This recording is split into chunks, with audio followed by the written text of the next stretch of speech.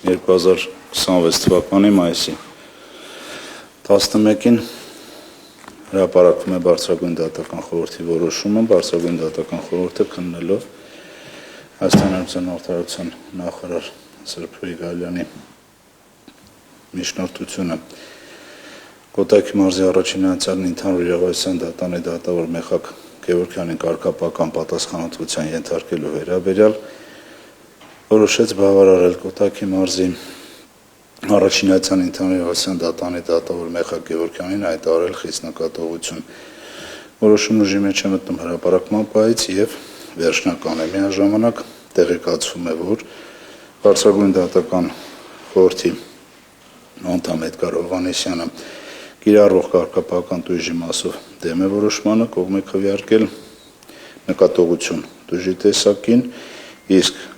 խորհրդի անդամ Տիկին Թումանյանցը լիազորությունների դադարեցում տույժի տեսակին։ Դատական նիստը հայտարարում է փակված։